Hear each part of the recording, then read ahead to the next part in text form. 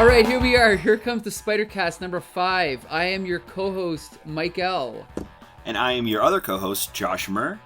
Today we're going to be looking at November of 1980 Spidey comics. I think we're going to be starting off with Amazing Spider-Man 210. You got it.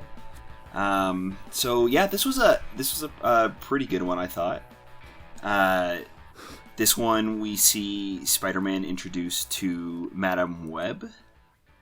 And yes. I thought it was a pretty solid story. Some really good art, I thought. Well, we should point out it's written by Denny O'Neil, who we've covered a lot of his Spidey comics lately, and it's drawn by John Romita Jr., who's a very divisive artist. He's actually one of my favorites. I really like him. I don't know about you. Yeah, me too. Like he is one of the few guys who I will buy. Like, if I see his name on a comic, I'll buy it no matter who writes it. He's absolutely, probably my top 5 for, like, modern artists. Yeah. It's really good. It's very clean, too, and, like, yes, it's not too complex when it doesn't have to be, and then it does have a lot of detail when it needs it. Like, the art's really good in this issue. And the thing is there's such a thing as style and appeal and, I guess the beauty of someone's art, but you can't argue his storytelling. It's impeccable. And I think the one quality he has that is indisputable is he is so good at drawing. I mean, people say his anatomy is kind of boxy, but when he draws a hand, that hand looks like it's existing in three-dimensional space. When he draws a figure, like that figure looks like they have weight. You know what I mean? And they could they could knock you over, and it's a quality that not a lot of artists have. And so for that reason, I really like him. This is a very early example of his art, and here he's inked by Joe Sinnott, who's most famous for doing Fantastic Four with Jack Kirby, as well as a bunch of other things. But as far as the art, definitely a classic-looking comic. Unfortunately, before I read this issue, I mentioned this before, but there's a website called Spidey Kicks Butt. And they've got a list of the worst Spider-Man stories ever written. And number 9 on the list is this issue. Is it really? Yes, it is. And so I kind of went in with a negative opinion of it. But I'm already kind of jaded by Denny O'Neil. And so for me, there's a lot of things I didn't like about it. But I want to hear what you did like about it first. I kind of liked Madame Web. I think that's really what kind of drew me in. I remember her from the Spider-Man cartoon. That was how I was first introduced to her. And she was like a fun recurring character on that show. And I don't really remember any stories with her in the comics. Like, I don't remember any like big moments with that character. So it was kind of nice reading about her and seeing what she was like. I also kind of liked how everything kind of came to a head here and kind of all connected as well, because we've been kind of building up to Peter's job at the Globe. Sure. And kind of how his boss is kind of scummy and not very nice to Peter, nor really a great boss. So it's kind of fun to see that. I don't know. I thought it was a pretty solid story. Well, here's the thing: is I've always been fascinated by Madame Web, just from seeing because I've never saw the cartoon. Like, I mean, I did watch it, but I don't really remember it. Right. But like that cartoon. But so I think she's a cool design. I like the idea of it's kind of strange to have a supervillain be like an old woman, almost like the flip side of like Aunt May, right? Which is kind of a cool idea. And also her name is Madame Web, so which is really cool. And the thing is, she's also not like always a super villain. Like, she's kind of like I don't know. She's not really a hero, not really a villain, from what I remember. Like, she's kind of this, just pretty much a fortune teller. So she's kind of neutral through it all, which is like another thing I like. I love her design as well, and just kind of like the idea behind her. That like splash page on page 11 digital, okay, let me see or 10 probably original. Okay. Oh yeah, like it's so good. I absolutely love this. With the machine that's keeping her alive has this like these tubes that are kind of shooting out from the center, making this like spider web, and the light is casting this spider web like shadow on the ground. I didn't even realize that was the shadow, but yeah, that's really cool. Okay. Like it's I don't know, it's really interesting, I thought. And then this like weird like black orb that kind of has this like yellow highlight to it. Even like the reflections on it, it's so black or like this yellow tinge. So on the next page, you see Spider-Man's reflection in this black orby sea, and it's completely yellow. Like I don't know. There's something about that I thought was really interesting and a nice design. That is really cool. I'll give you that. I guess okay. So I'll just tell you, going in, it was a little bit awkward at the beginning with this terrorist attack on the. What is the Daily Globe? Is that where they're? Yeah. Daily Globe, yeah, the competitor to the Bugle, which was a little bit over the top, but fine, I can accept that. But right away, I was put off by Spider-Man's dialogue. Does that include me, Chuckles? I mean, I don't have eyebrows, at least none you can see. Maybe I can not twitch my webbing. I don't know. It's just trying really hard to be funny. Right. What you are presently viewing, friends, is a demonstration of spider speed. Look impressed now. I don't know. I'm also in the middle of reading Stan Lee's Fantastic Four run with Jack Kirby. Right. And honestly, Stan Lee, I haven't met him, but I've seen him like live in person. He is naturally funny. Yeah, so if he you're really not is. Naturally, yeah, he's great, and you kind of can't fake that. And I've just got a feeling that this is not Denny O'Neil's forte to write this type of character. Right. So that's something that really put me off. But yeah, once they introduced Madam Web, like I agree with you, she is a great character design. I know a lot of people don't like her, but I think she's cool. Mm-hmm. But I don't know. I mean, it just feels like another sort of strained Denny O'Neil story. But the art is so good that it doesn't really bother me. Like I love, the page on digital page 20 when there's the fire in the Daily Globe. Yes. There's that giant long panel. I love that. That's shot. really, really great. Yeah, it's so cool. I don't know. I guess we should probably. So let's talk about what else happens in this issue. Sure. Yeah. So basically, of course I don't remember, but no. So basically, they have this terrorist attack, and then Spider-Man ends up. Let's see. I'm gonna go back here. I'm kind of jumping around. Sure. Yeah. Here.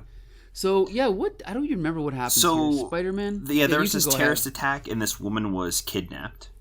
So that was the point of this whole like terrorist attack. It was they kind of barged into this building, made a scene, and then stole this woman. And the thing that was left behind was this card for Madame Web, and that's how she played into it.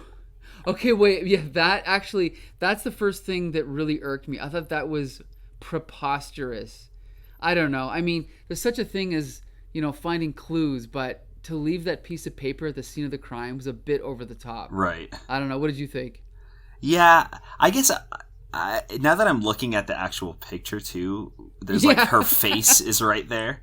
Yes. It would have been better if it was like a business card or something. Right. Like that wouldn't seem so weird.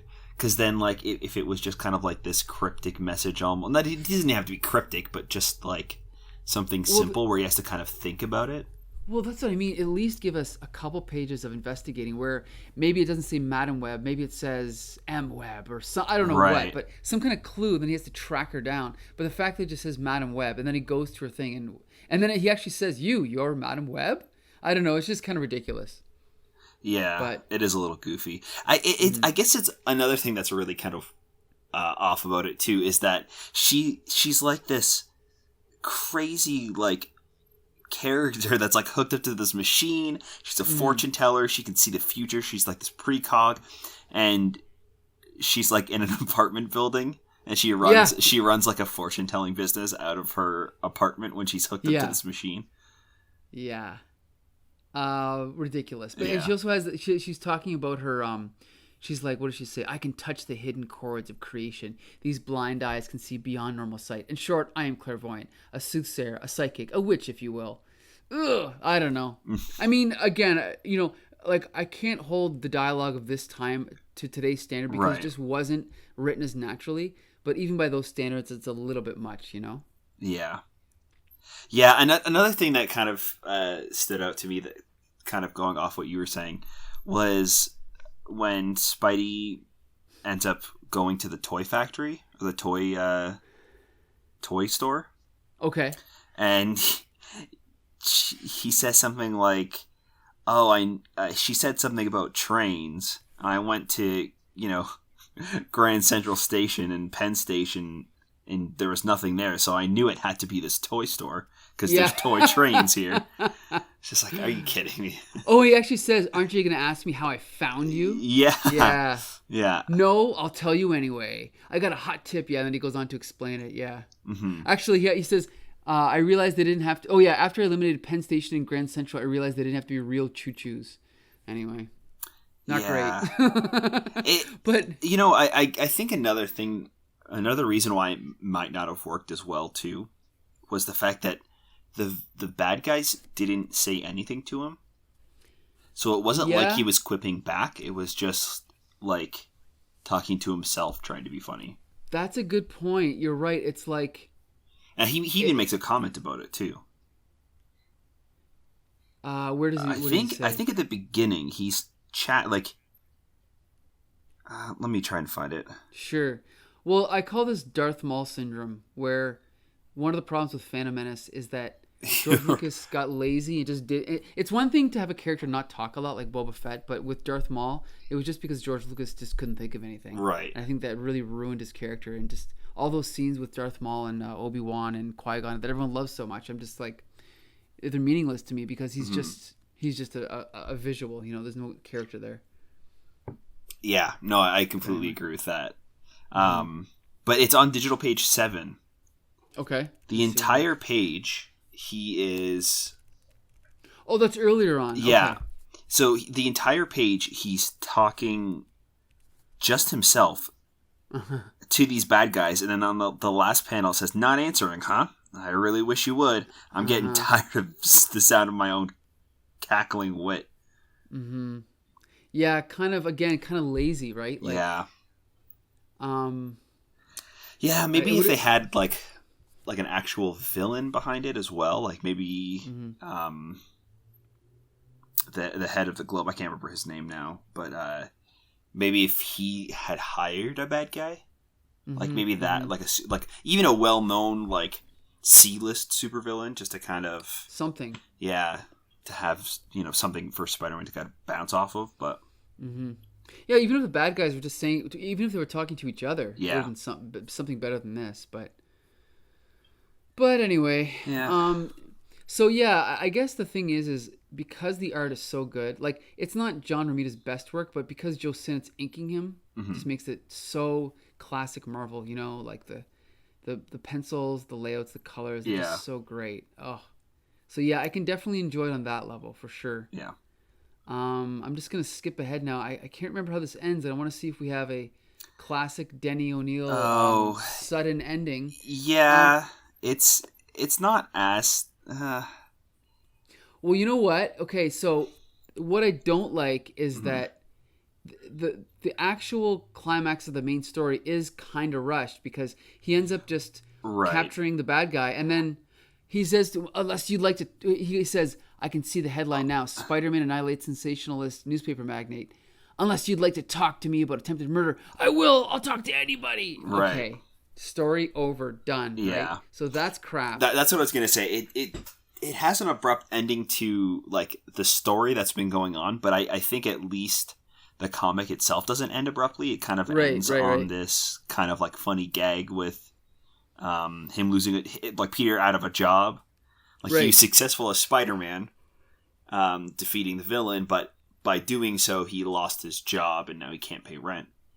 So it's kind of that like good duality of Spider-Man where his ups always come with downs.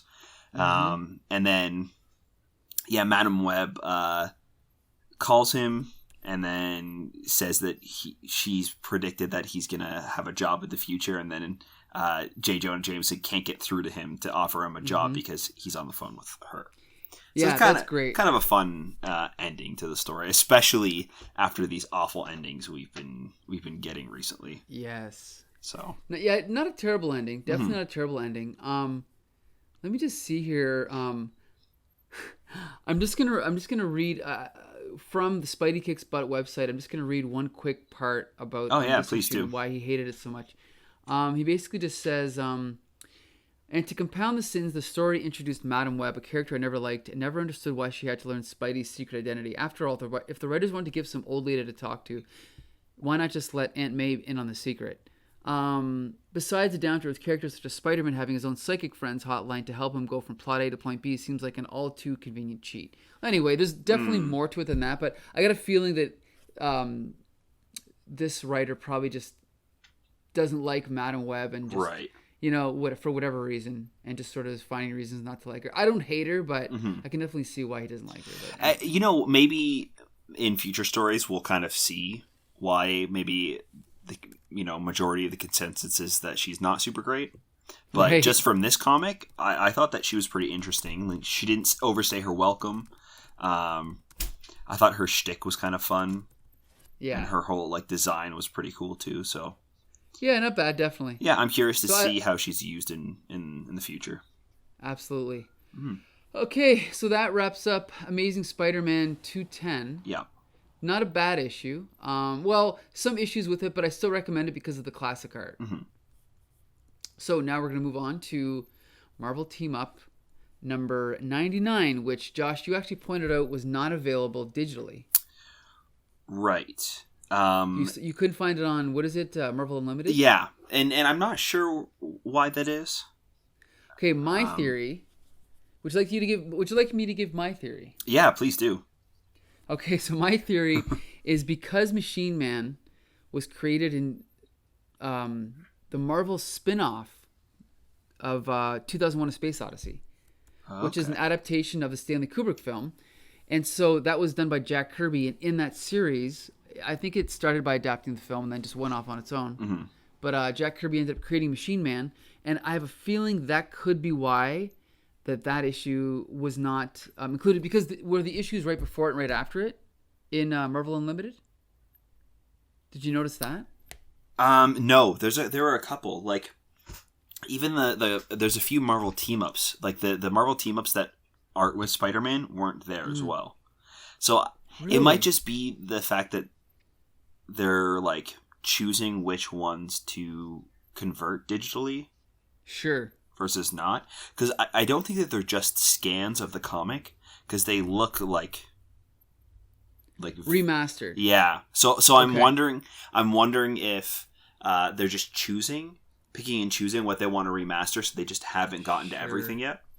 That could totally be it. Yeah, and I think too, some of their very popular ones, I assume they'll remaster, but then they won't put on the unlimited, so that way people will be tempted to buy them more. Sure. Okay. So that could be it. Yeah, I do know that even if you collect something like Marvel Team Up or Marvel 2-in-1, mm-hmm. for the most part, even for the collection, the trade paperback collections, you can get almost every issue. But if there's an issue that has, say, ROM, Space Knight, right, or the Micronauts, or Godzilla, Marvel's not allowed to reprint those. Right. Okay. So yeah, but anyway, okay. So this issue was another odd one. Yeah. It was written by Tom DeFalco, who went on to have a very popular run on Amazing that actually started with the first issue with a black costume. Right. So I'm not sure. Did you read those issues? Yes. Before? Yeah. Okay. So he's definitely a very popular run with Tom DeFalco, or with Ron Frenz. So this is probably one of his first issues of Spider-Man. I'm not sure if he did it before this, but he ends up apparently becoming the regular writer coming up soon. And in the letters page of this issue, I'm not sure if you read it, but I think Stephen Grant says that all of his issues were actually fill-ins. They just kind of happened to all be in a row. Yeah. So he wasn't actually the regular writer. The new writer will be Tom DeFalco coming up in a few issues. Interesting. So, yeah. So, okay, so this is, honestly, I didn't love this issue. Yeah. And I think the reason is because it didn't feel like a Spider-Man comic. It felt like a Machine Man comic. Right. And I also didn't really connect with Machine Man a whole lot. No.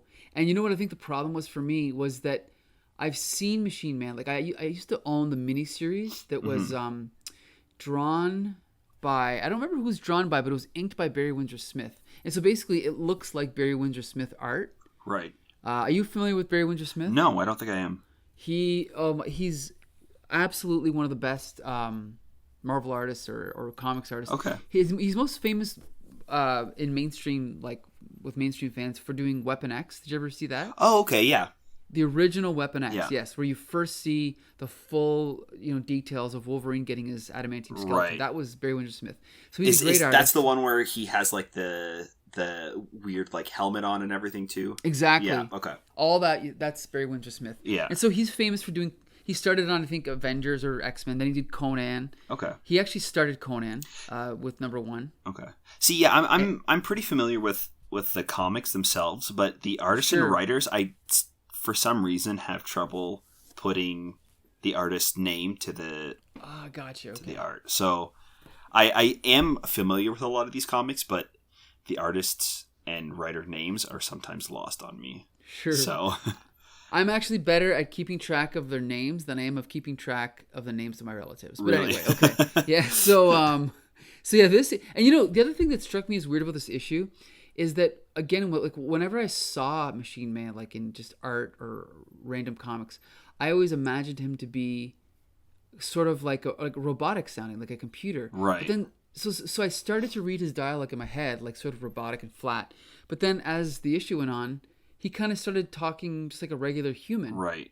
So it really threw me off, and it's like I wasn't sure what his character was supposed to be. I don't know if you had the same problem. Yeah, it was also kind of jarring too, jumping from him being in his like Metal Man form to his like secret identity. Right. Because I didn't pick up on that at first. Yeah, I was like, wait a minute, I had to go back I was and like, read who is it. this Yeah. character? And then Exactly. he, I think, like changed, or like he took his helmet on, or he put his helmet on and he took it out of his leg or something like that. And I was like, oh, okay, I see now. And then I kind of went back and just backtracked to see, Sure. Yeah, because first he's sitting there and he has like a metallic face. Then he puts a human face over top of it. Right. But then the next page, he looks like Clark Kent, like he's a full human. Yeah. So yeah, it is a little bit odd. Yeah. And then later, then he changes. I don't know. I mean, obviously, maybe if I read more of his comics, this would all make perfect sense. But in the context of this story, yeah, it's a little bit confusing. Yeah. And so yeah, agree. it's not. Oh, I didn't like I said, I didn't love it. Yeah, there were some like corny parts too. Like it seemed kind of, I don't know, weird at times. Like, well, I think he himself kind of looks like a sentinel. I don't know if you got that. Okay. Like, just like my first impression, I was like, oh, he kind of looks like a sentinel. Like, I wonder if that's his backstory. And like, very much so on the cover is where like I thought that the most.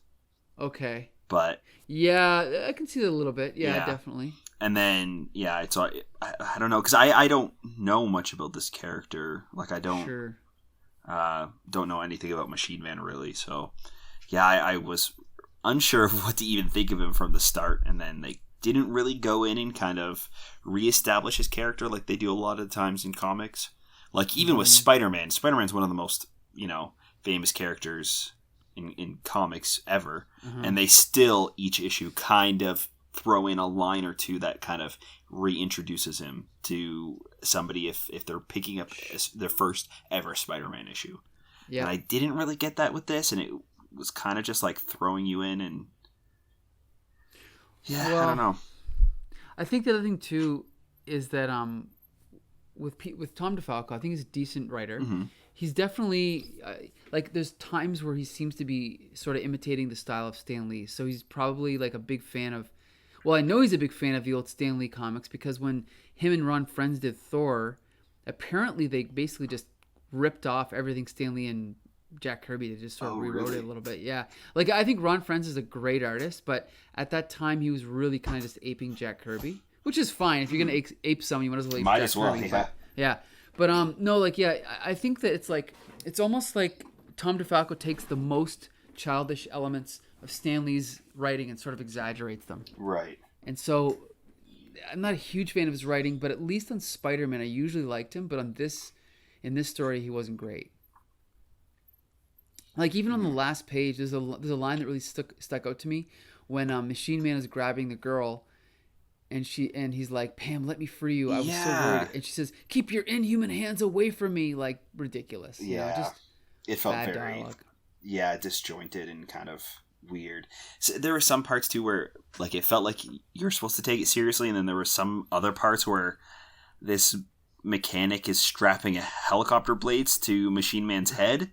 And like a rocket to his back, so Spider-Man can ride on Machine Man. It's like, why isn't Spider-Man just swinging? Yes. Like, what's going on? You know, it's funny that you say that, because that also, like, it reminds me of when Tom DeFalco did Fantastic Four with Paul Ryan. It was one of probably the lowest points in the whole series. You know, and that was when, I don't know if you remember this, but that was when the Thing had a metal helmet over his head. Do you remember that? Oh, okay, yeah.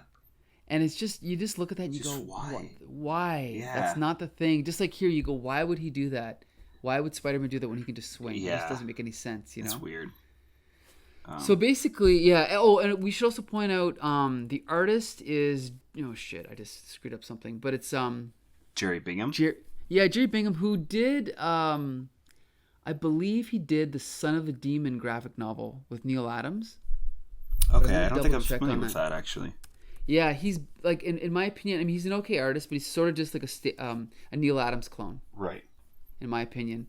Again, decent art, but kind of the same problem that I had with what was his name in the last episode? Who's the one that did the Craven story? I don't even remember his name now. Oh, geez, I don't remember. Yeah. Well, anyway, it was just kind of like, it's like, yeah, maybe just go back and check quick, but it's like, or stiff, but realistic, but stiff. That's the problem. And that's the problem I had here is, yes, it's realistic, but it just comes off as like, just kind of stiff and kind of boring. Here,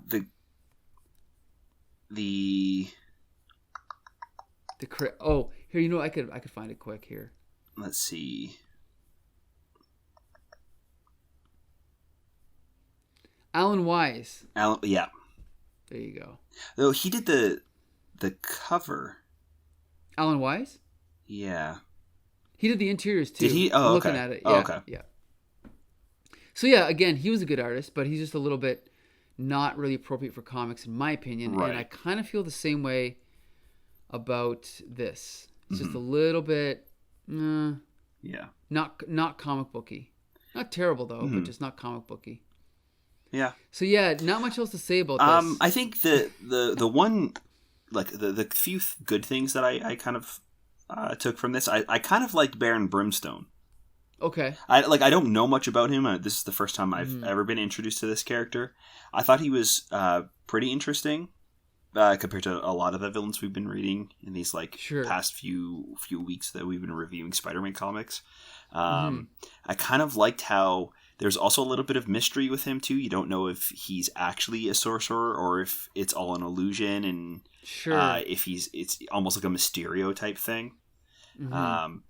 And I also kind of like how they teamed him up with Sandman, because he is like this intellectual kind of villain, and Sandman is this kind of stupid exactly.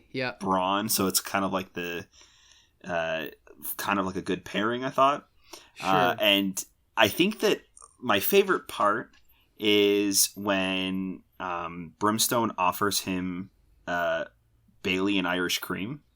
And he said, "Now I'm good with my beer, thanks." Like I don't know why that stood out. Yes, that stood out to me too. Yeah, and I think it was just that you completely understood those characters and who they were to each other from that one little piece of dialogue. The Baileys was kind of like a little bit more like civilized and like classy, I guess, and Sandman is kind of a brash, and he's like, "Nah, I'm good. I've got my beer, thanks." And it was just kind of like that juxtaposition. I thought was really fun and kind of showed you their dynamic right from the start without even having to have them actually team up to do anything yet. Good point. Yeah, I totally noticed that too. Yeah.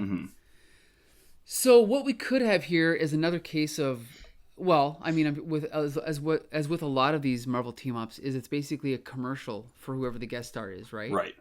So and you can see like they reference dazzlingly, at the bottom of that page, dazzlingly depicted in Machine Man number 16. Right. So that's fine, whatever. I mean, that's what it's here for. But again, another kind of odd issue. Like the feeling I'm getting at this point, because I'd never really read much Marvel team up, and I'm starting to get the feeling that at this point it was kind of the odd man out out of the 3 Spider-Man titles. Yeah, it kind of seems like that is the consensus every week for us. So. Yeah.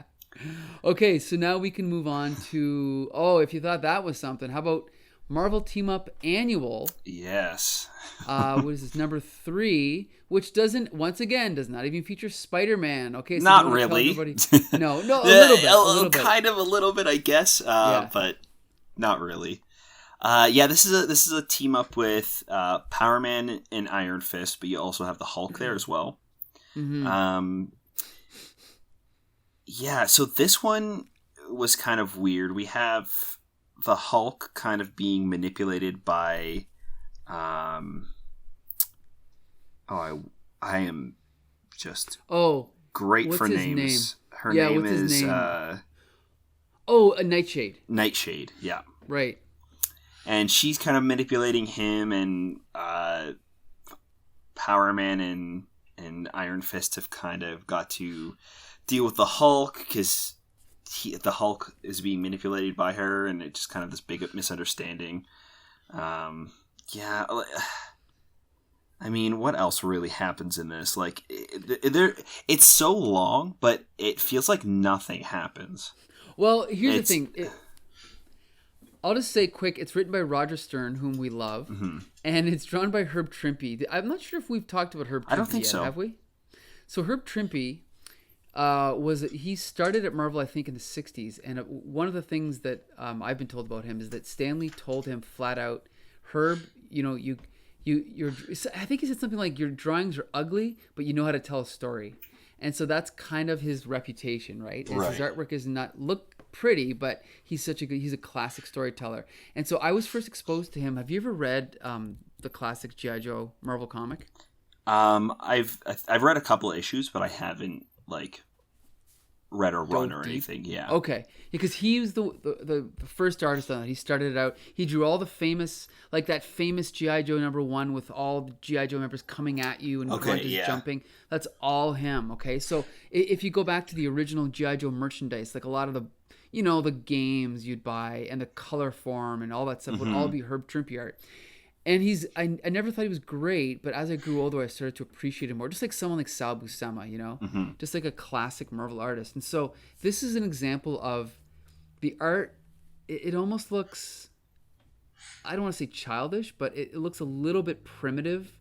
But in my opinion, he's such a good storyteller that I just don't care. I love it. As for the story, the only thing I can say is that I don't think I've ever read more than 1 or 2 issues of Power Man and Iron Fist. And based on this, I don't know if I want to read any more. Yeah, it feels kind of dragged out, and so little happens over so many pages.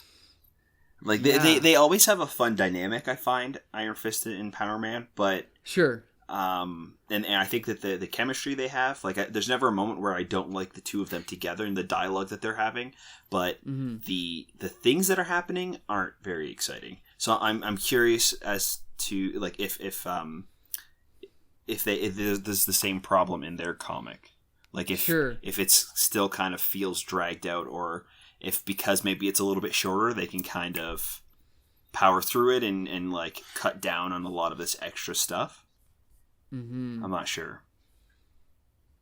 Yeah, I don't know. I mean, I used to say that it didn't matter, the characters didn't matter. It was always the writer, because the writer could make even a bad character interesting. But right. I'm starting to think more and more that no, clearly Spider-Man is the better character, because it's almost like no matter who writes them, they can kind of write a good Spider-Man story. But it seems to, the same writer writing Power Man and Iron Fist, I like them, but not nearly as much as I like Spider-Man. I wonder, though, how much of that has to do with how well-established Spider-Man is already, and how well-known he is. Because, either of us, probably without any writing experience, could write at least a story or a premise that feels like Spider-Man because we know that character so well. Sure. Right? Because, I'm not sure. Like, I'm curious to see... Like, I'm curious if it is the fact that he's just a better character, or if it's just that he's so, like, well-known and kind of has this history already. I think it's a little of both, and I think it seems to me that like you said, like you and I could probably whip up a Spider-Man story or a Batman story or maybe even a Superman story, and it would fit and it would make sense as like to fit into that, you know, milieu or whatever. But Power Man, Iron Fist, I don't think we could. But also, even just reading this issue, you kind of go, okay, so what is it? Okay, so they're heroes for hire, so they get paid.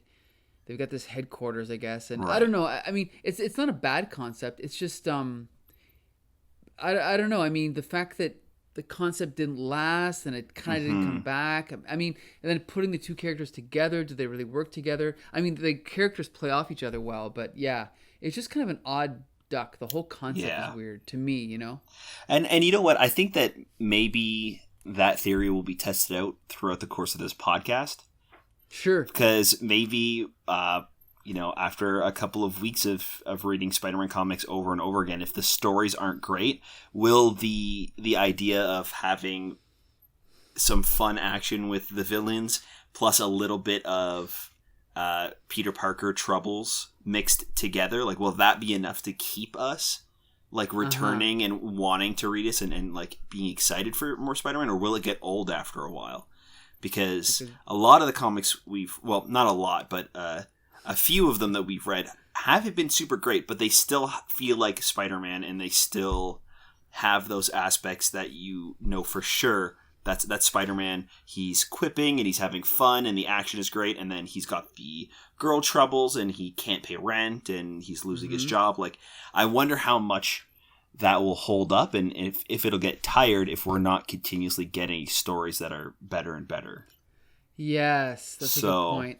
I think the other thing too is that a lot of times, if it's been a while since I've read an old 70s or 80s comic, usually what'll happen is, if let's just say I read like a run, like the first issue, the novelty of like, oh, like the nostalgia of like, oh, it's a 70s, 80s comic, like I can't wait to read this again. But then you try reading 10 of those in a row, and the novelty starts to wear off, and then you start to actually analyze the stories, right, and judge them based on how good they actually are, rather than just the nostalgia. So yeah, I know what you're saying. You know, I kind of forgot Machine Man was also in this one too. Yeah, very briefly. Kind of a blur. Yeah. They really just use him to track down this machine that they're looking for, like this item that was stolen. That was really it. I actually do like this Nightshade character only because if you look up Nightshade's entry in the Marvel Universe, let me see if I can find it.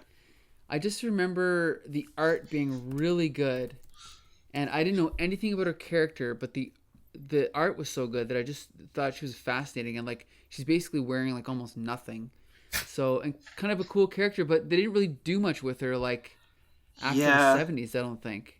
Like, you know, like I never heard anything about her when I was growing up, so I don't know. Tilda Johnson, I don't know. I don't know anything about her, but yeah, I mean, at least she was cool in this story because she's introduced as what you think is kind of like this Dr. Doomish type character, but then she reveals herself to be Nightshade, a girl, in like this punk outfit, and then you kind of find out that she's not what the Hulk thought she was. So that's kind of cool. Yeah, like they at least kind of like wrote her well. I think that also giving her her moment to kind of actually trick Hulk and to like overpower him, like like beat the Hulk in some way, which doesn't happen too often, because Hulk is kind of like overpowered and usually will just smash things. So kind of having this whole gimmick where she has that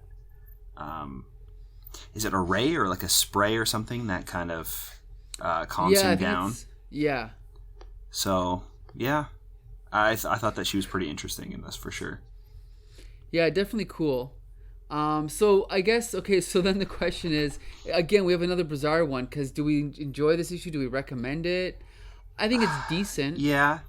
You know? I wouldn't recommend it though. Like Okay. Like it wouldn't be something that I would tell somebody, oh yes, you should read this. I wouldn't discourage anybody from reading it, but Sure. it definitely wouldn't be something that I would point out to somebody who, you know, wants to read a Power Man and Iron Fist comic or a Hulk comic or even a team up comic. Like, it doesn't really stand out as something that's great. I don't know. I hear that. I think it's just good. I think it depends on who you're recommending it to. If it's someone who loves this type of thing, I would recommend it. But if you're trying to, encourage someone to if you're trying to convince someone that comics are great, this is not a comic to start with. Right? So yeah, I'll agree with you on that. Okay, so our final comic this week is Peter Parker, The Spectacular Spider-Man number 48. Yes. And once again, I did really like this issue. Mm-hmm. And it's kind of the culmination of the initial arc of Roger Stern's run so far in Spectacular. So it's Roger Stern and Marie Severin. And it's the climax of the story with Belladonna and Prowler 2, I guess you could call him. Yeah. I'll start off by saying I did really like the art.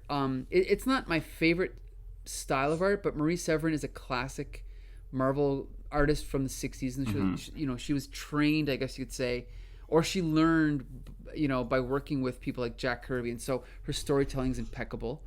It felt like a classic comic, and there was some great character moments. So basically what happens is Spider-Man was trapped in this, whatever it was, some type of room, and he thought that he was being choked to death by this gas, so he breaks through the glass and finds out that what's her name, Belladonna's not actually there. She's just on like a TV screen, and then it kind of goes from there. But basically I like the fact that once they go outside to the police, I really like this scene with this cop here, what's his name, Detective Sergeant Snyder, right, when he's basically offering him for Spider-Man to come in for questioning, and then Spider-Man takes off. Yeah.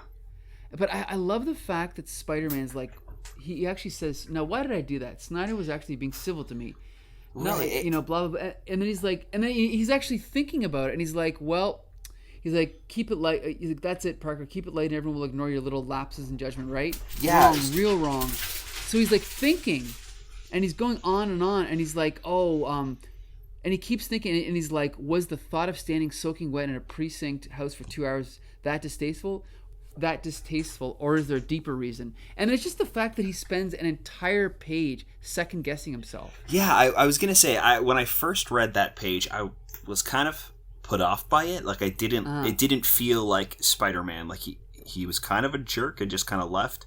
Right. And then having that whole next page to kind of reflect on that, and having him kind of realize that maybe it's this whole like Spider-Man persona taking over. He doesn't want to kind of buy into that whole like tough macho hero role where he just wants to be that friendly neighborhood Spider-Man. Yeah. Well, it's also because there's, I don't want to name any names, but there's been times when artists have been given writing assignments, and what they tend to do is they tend to write generic scenes with generic dialogue and generic characters. But I think it takes like a real writer like Roger Stern to take the story in an unexpected direction by dwelling on such a small detail.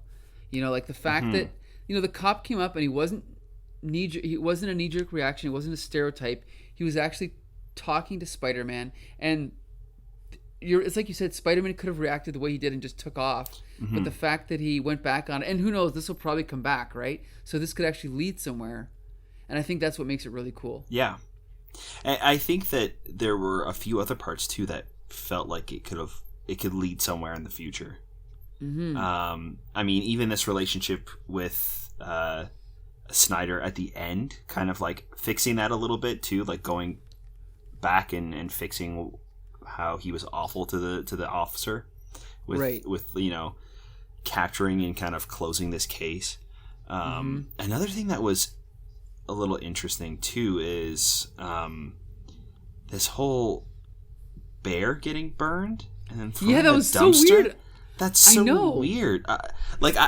I'm curious. Like, it was so, like, it was literally 3 panels. Like, it's a third of the page of this bear, like this half burnt bear sitting in the trash. This guy stops, sees, golly, what a neat bear. It's amazing somebody would throw that away, and then goes and picks it up and leaves. And I'm just like, they never go back to it. Yeah, is this has got to come into play at another time too. And he's also like he's got like a very specific design. Like, he's in his green coat with like the gray vest and tie, and he's got this belt with an S symbol on it. Yes, that's weird too. I didn't notice that. So, like, I'm wondering if this is something that's going to connect in a later issue or not. Well, but you know what else? If not, that's such a weird thing to like add. I don't know what that adds to the comic. Okay, you know what I'm wondering? I'm wondering if this is like a fictional character that's sort of just making a cameo. Like, maybe it's almost like it's like, yeah, like a real fictional character from a TV show or a novel that we just don't recognize. It could be. Maybe that could be it. Yeah, I'll have to look that up. But anyway, yeah, like even just flipping through the pages of this issue, there's just such a difference between a generic sort of action story and a story like this that takes its time with characters. Like, just go to page Digital 8 or Original 7. You know, it's like, okay, he's just changed out of his Spider-Man costume, so his costume's hanging in the bathroom. Then he's on the phone. You see that middle panel with him recoiling in disgust from the phone because J. Jonah Jameson is yelling at him. And then the next shot, it's almost like, if you didn't know this was a Spider-Man comic, it almost feels like a horror comic. Like some of the lighting and like the candle and like just, it's great. And then like Deborah Whitman's at the door and he doesn't want to let her into the bathroom because that's where his Spider-Man costume is. And there's just such attention to detail. And then because the light isn't working properly, it starts the bear on fire, and it's just he just spends so much time on these little details, and it's great. Yeah, and it's set up to kind of like, it's so small and it's only over a few pages, but setting up that the light is broken right at the beginning of this and then having it pay off at the end is great, because a lot of times in comics they just kind of do things because they need to do them. So it's not really that much of a setup and payoff, but having at least it planned out, an idea of what you want and like a reason for things to happen, really goes a long way in comics. Sure. But yeah, the art in this is very good. It does kind of feel like a horror, like especially on digital page 8, that bottom left corner or bottom left panel, where he's like opening the door and he's figuring out the candle. Like, that's so absolutely eerie and weird.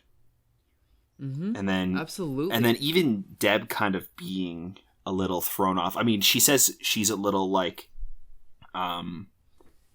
nervous because Peter's in his bathrobe, but like she right from the beginning, she's kind of like off. Peter's a little bit off, and then this whole thing with the fire and like it's just everything kind of plays into itself. It's really good few pages here. Right. And then it goes to the next sequence where we have the Prowler in his hospital bed. And again, it's another great page where, again, just ignore the dial. Now, I want you to take a look. Just look at this page, okay? And I want every modern writer to look at this page, okay? At the top page, we have him laying in his bed with all the cops around him, right? Then we get a close-up of his face. Then we get the wider shot of him sort of looking. We kind of reveal that he's got his claws next to him, right? The next page, he uses the claws, so he knocks out the cop. The next panel, he's already in the cop clothes in disguise. In the last panel, he's out the door. So in one page, we've got a complete scene, right? Where we go from one like situation with the character to another. And in one page, he's gone from being in this bed, being guarded by all these people with all these nurses and doctors around, and then by the end of the page, he's gone. You know what I mean? So it's just great, like a complete scene in one page. It's amazing. Yeah, they don't have to like drag it out or over explain anything. They really kind of show you in just 6 panels kind of what's going on with this character. So yeah, it's really well done. I mean, even going on to the next page, like there's it still kind of continues with him going up to this nurse and then driving away in the car, and you see him, like, you don't see him actually do anything to her. You just see him like stop and talk to her. The car's driving away, and then it, you know, cuts to him driving the car, kind of menacing, like with his brows furrowed and it's okay. Now, you know what this kind of reminds me of? Did you ever see the movie? I'm sure you have. No Country for Old Men. Yes. Yeah. Okay, that's one of the best movies I've ever seen. Mm-hmm. And one of the things I didn't notice, but someone pointed out, is that every time he murders in that movie, you see less and less each time, but it gets scarier and scarier. Right. So and I don't want to spoil the movie if you haven't seen it, but there's a scene towards the end where he's sitting and he's talking to someone, and they're just sitting there talking, and then it cuts to an exterior of the house, and he walks out, and I think he just looks down and wipes some blood off his shoe, and you're like, oh my God, he killed him. And they don't show anything. So it reminds me of this. So it's like he walks outside and he sees this nurse, and then it just cuts, and he's just driving her car, and he's thinking, I hope that nurse was leaving and not arriving. They'd notice her missing before they would me. So what does that mean? Yeah, did he kill her? Did he knock her out? Exactly. Oh, and they don't show it. They don't explain it. Yeah, it's very, very good. See, and that's a great way where, you know, you're reading this comic. It's probably, you know, it's a Comics Code approved, so kids are reading it. Right. But you don't need to show it. You just, now our imagination goes, oh my God, what happened to this woman? And I mean, even at the end when he's facing off against her, he even makes a comment like, I've already murdered. What's one more on my record? I don't think it's really gonna play into, like, so even that was kind of like, dang, he really does not care. Like, he's just in it for the revenge, and he kind of just sees red, and that's it. Sure. So so that even plays into kind of his, you know, kind of scary side. Yes. Oh, well done. Okay, so now we get into, like, it gets complicated, because what happens then is that Spidey, or Peter Parker, is investigating, he's trying to find out who Belladonna is. And then it gets kind of weird, because then he thinks that it's, what's her name? Desiree Von Pope. Right? Pardon me. So then he goes to her apartment, but her sister's there. And of course, her name's Narda Ravana. I don't know why she's a different last name, but whatever. So then they have this little exchange and blah, blah, blah. And then Spidey leaves, but then she gets on the phone and you find out that she's actually double-crossed him. And and this is what's weird, is because in hindsight, we know that Roderick Kingsley is the Hobgoblin. Right. So it's just interesting to see all these characters double-crossing each other. Yeah. And I don't know, it's a nice little resolution. And the other thing is, as far as I know, I don't think Belladonna's ever come back, because I've certainly never heard of her. Have you? No, I haven't. No, but it's just cool that Roger Stern put so much thought into this little storyline with her, you know? And, so I've got a question. Does her sister ever appear before? Because I don't remember her at all. I don't know. Okay. And you know what I'm going to do? As we're talking, I'm just going to look it up really quick. So if she hasn't shown up before, I actually kind of don't like it. Like, I didn't really like this twist when I read it, because they didn't introduce her before. It wasn't really a twist that, she was really the one behind it all, because she was never in the picture before. Yeah. She can't, her sister can't really be a red herring if she was the only character that was introduced and could have possibly been the villain. So I think that if they had introduced her briefly before and kind of shown maybe like a small panel of her at the scene of a crime or something, like kind of hinting at it, but still trying to point in the other direction, like, don't look at this, kind of like look at her sister. It's definitely Desiree. Then I think that then I think it would have worked as a good twist more, but I felt it kind of it was a little bit weaker for me, because she wasn't ever a thing before this. No, this instance. So you know what? I totally agree with you. and I'm going to point out that I'm on this website called marvelfandom.com. Mm-hmm. That's where, I don't know if you've ever gone on there. Yeah, a bit. But you can get like it's basically just like a rundown of every Marvel comic. So each issue has the writer, penciler, all the facts, whatever.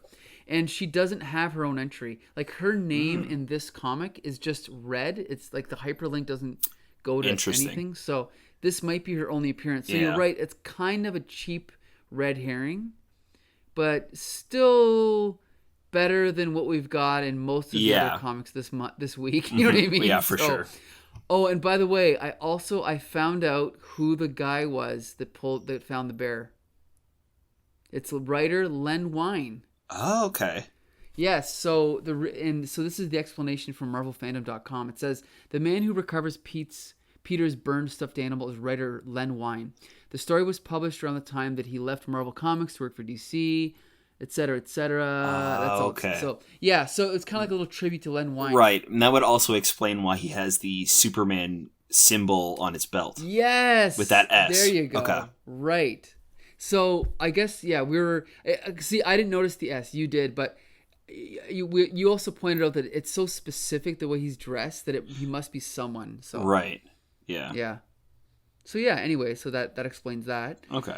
So anyway, back to the story. So then basically Prowler 2, so Spidey tracks down Belladonna. Well, who he thinks is Belladonna.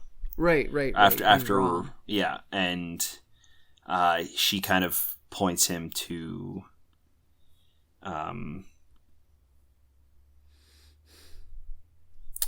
I can't believe myself today with the just blanking on literally everybody's name. Brain, my brain's fried. My brain's fried every day, but yeah. But yeah, she kind of points him in the wrong direction, and yes, it ends up being kind of like a trick, and then so he's waiting for Spider-Man with a gun because he's also tipped off that Spider-Man is coming. So she's kind of trying to get rid of both of them, killing two birds with one stone. So he's prepared with a gun to shoot him. And we see Spider-Man jump through this glass window. Yes. And he's shot, and we are told that he dies. Okay, this was ridiculous. I really hated that. Yeah, it was not good. Wait, I want to find that. Okay, so that's on page. We're talking about page digital 19, right? Yeah. When he crashes through. So we see Spider-Man on top of the roof, and he's thinking. So it is Spider-Man. Here's a thought bubble. The next panel, he crashes through the window, and then in the second panel, he gets shot. Then the next panel. Okay, this is the police open up. Blah blah blah. Then Spider-Man's laying on the ground. And then the cops come in, and basically everyone assumes that Spider-Man is dead. Yeah. Then a couple pages later, tell us what happens, Josh. So Spider-Man tells us that that wasn't actually him. That was a mannequin from the shop next door who had a Spider-Man costume there. It was just are you kidding me? What a cheap way to get your character out of a pickle. Why not? I don't know. Show us the mannequin ahead of time. You have to. In passing or something. Whoa, I thought that was my reflection. And then, and then he continues on to the building or something. It was so bad. It was. Oof, it really sucked. But also his explanation. And here's the thing. I love 60s Superman comics, but this is worthy of a 60s Superman comic where Superman would solve the story, and then you wouldn't know why until the very last page, where they'd be like, well, Superman, I don't understand, how did you do it? He'd be like, well, simple, I realized, and then he would just flash back and explain how he used his cape to do whatever. But here it's Spider-Man actually says, then I noticed Roddy Boy's gun, so I decided to run a little scam. There's a costumer's next door to Roddy's place, and they had the mannequin with the nicest Spider-Man suit you ever saw in the storeroom. Well, it used to be in the storeroom. Yeah, it's pretty bad. It's it's very corny and kind of yeah. So a blot on a otherwise pretty darn good issue of Spidey. Again, kind of the end of Rochester's initial arc here, and so far, I definitely think this is the strongest of the 3 regular Spider-Man monthlies. Yeah. Spectacular. Like, the fact that we had far more to say about this issue than the other ones. I mean, I think it kind of proves it, right? Yeah. Yeah, I agree. I think, this was definitely my favorite issue of the week. I think the Amazing Spider-Man cover was my favorite cover. Yes. But and the inking by Joe Sinnott made the art more satisfying, but the storytelling by Marie Severin in this issue is great. Mm-hmm. Yeah. So, I guess that wraps up this week. So next week we'll be following along with what are we now at? December 1980? We'll be at December 1980, which will bring us to Amazing Spider-Man number 211, Marvel Team Up 100, and Peter Parker the Spectacular Spider-Man number 49, if I'm correct. So, yes. Yeah, I'm looking forward to that. If you guys want to let us know what you thought about the issues that we just talked about, or if you've got some stuff to say about the issues that we're going to be talking about next week, you can find us over at Comic Syndicate on Twitter, and you can find us at Comic Book Syndicate on Facebook as well. We'd love to hear from you and see what you guys had to say about the podcast and also what we're talking about too. So we want to keep that conversation going. Right, and speaking of conversations, if you're on the bus or you're walking down the street and you're having a conversation with a random person, make sure you mention, "Here comes the Spider-Cast." Yeah, please do. The world's greatest podcast about Spider-Man. So yeah, we'll see you guys again, or actually you'll hear from us again next Monday. Here comes the Spider-Cast with Mike L. and Joshua J. Murr. All right. See ya.